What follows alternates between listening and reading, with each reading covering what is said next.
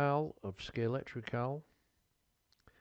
Today we're going to do the Formulatyco World Championship Nigel Mansell edition. It's a very old one, very large set. Got two fantastic cars there. You've got the Ferrari number 2 and Mr. Mansell's number 5. What we're going to do, I'm just going to show you.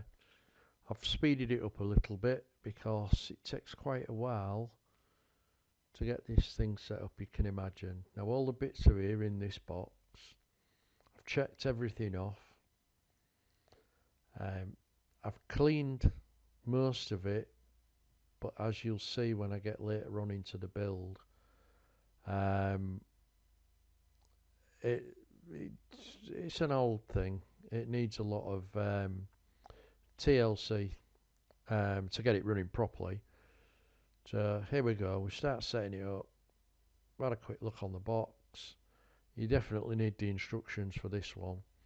So I've checked all my parts. I've got familiar with all the parts. They're all like letters of the alphabet for each different one, which helps quite a bit. And we're just going to start putting it all together, bit by bit. Because of my restricted reach, I'm starting. I'm doing the back first, as best I can. And what I'll do is, as I go along, I'll also put in the little gradient bits as well, because once you've built it, you're not going to be able to get on there to get to them. So basically the area what I'm working in is just an 8x4. I put a board down, it's a full width for the room. It's on a couple of little supports, sturdy supports, obviously, with me nelt on it. We don't want it crashing through anywhere. So you can see this video is about 10 minutes and I've speeded it up by around 500%.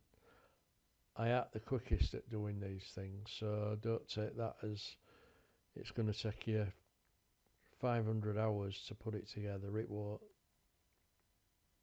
I would say the first time you build it, if you do it like me and get it all wrong in the first place, you're looking at around an hour. And then the next time you come to do it, you're familiar with the pieces, you know where they all are, you know how everything works. What I'm also doing while I'm doing this, I've got a lot of spare track from other Tyco sets. So I've actually got an extra Tyco set at the side. So as I'm finding any bits what are broken in this set, what I've just opened, swapping them pieces out and putting decent pieces in. You'll notice a little bit later on in the video, what I'm also doing is, where I'm testing the cars going around the track, if there's a bit where they're faltering all the time, I'm going to try and clean it. If I can't clean it, I'm putting a new piece in. I'm cleaning the new piece and then putting the new piece in. The last thing I want is to not have it all working. From my testing, but like I say, there's a lot. This is old plastic, and it's got old metal rails in. Hopefully it'll be enjoying it. And I just think if you see somebody putting it together on a video, you get an idea of what's actually involved, how long it's going to take, and you can see better than on a plan what where everything's going. You can see that I'm studying that plan bit by bit. It can get quite confusing. There's a lot of stuff going on in the middle of that board. When it goes round it, it's hard to work out from one end to the other which direction the tracks are going to join. I think I get so far round on this and I find that I can't actually get to one piece, and it's because I've gone the wrong completely the wrong way with one track. I think it's that bit where you can see top middle now, the little hump. Um, I'm joining it on to not the piece that I'm supposed to. I'm pretty sure I've done that anyway. And this stuff snaps together quite well actually. You've just got to be aware the little tabs on the end, with the plastic being brittle from being so old, they snap off quite easy, and sometimes the bits don't match up together um, properly. They're too loose, and this is where we have the connectivity issues with you've got electric passing down them rails. If you've got one rusty bit on that thing, the electric's not going to get through. Hence why we need to clean it. I mean, it's not just the metal, the plastic needs a good wipe down as well. It's always a good idea to try and clean the tyres off. You can use all sorts. There's other YouTube videos online where will tell you exactly what to use on what type of tyres. I aren't sure whether I can't remember now whether these are sponge or rubber tyres. I think the rubber. When rubber gets to a certain point, and if it hasn't been, what you can do is you can keep it nicely oiled, and that will keep the rubber soft right the way through. Sometimes the rubber, if it hasn't got oil in it, don't put too much in, by the way. Always wipe it off. If it hasn't been treated, it will harden over time, and you end up with a crust on the outside of your tyres, which renders them useless.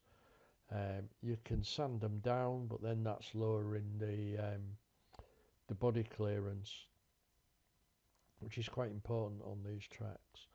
These cars, they don't have the flexible braids like Scalextric cars do.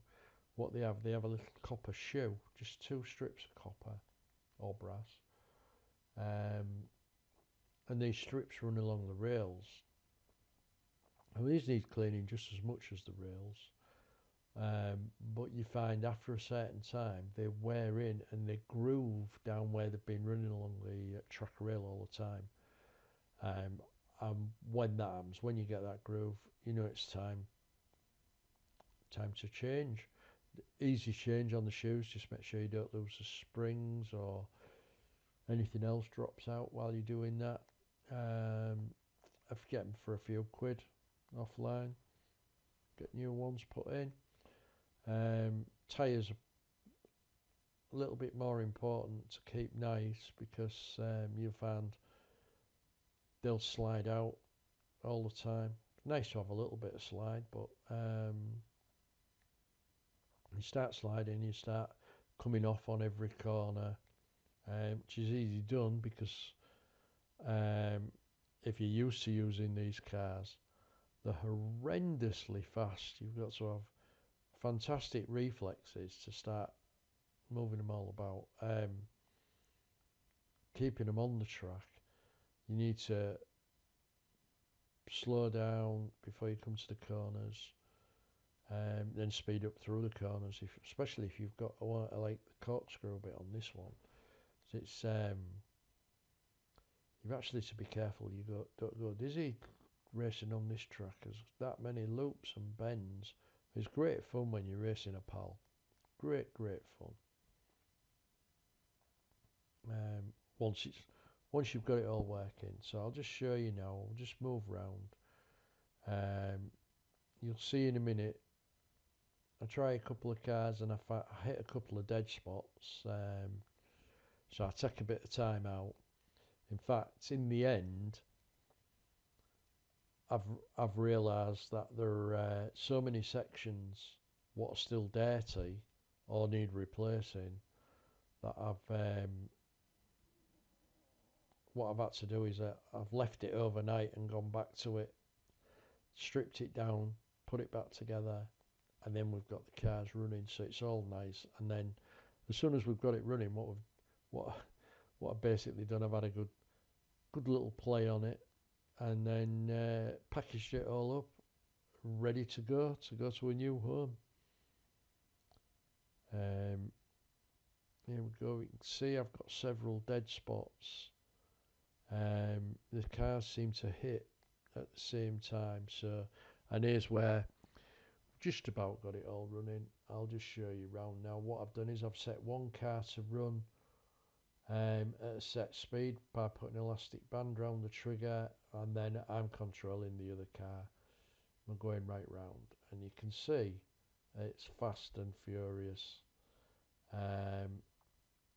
Brilliant, great fun for the family.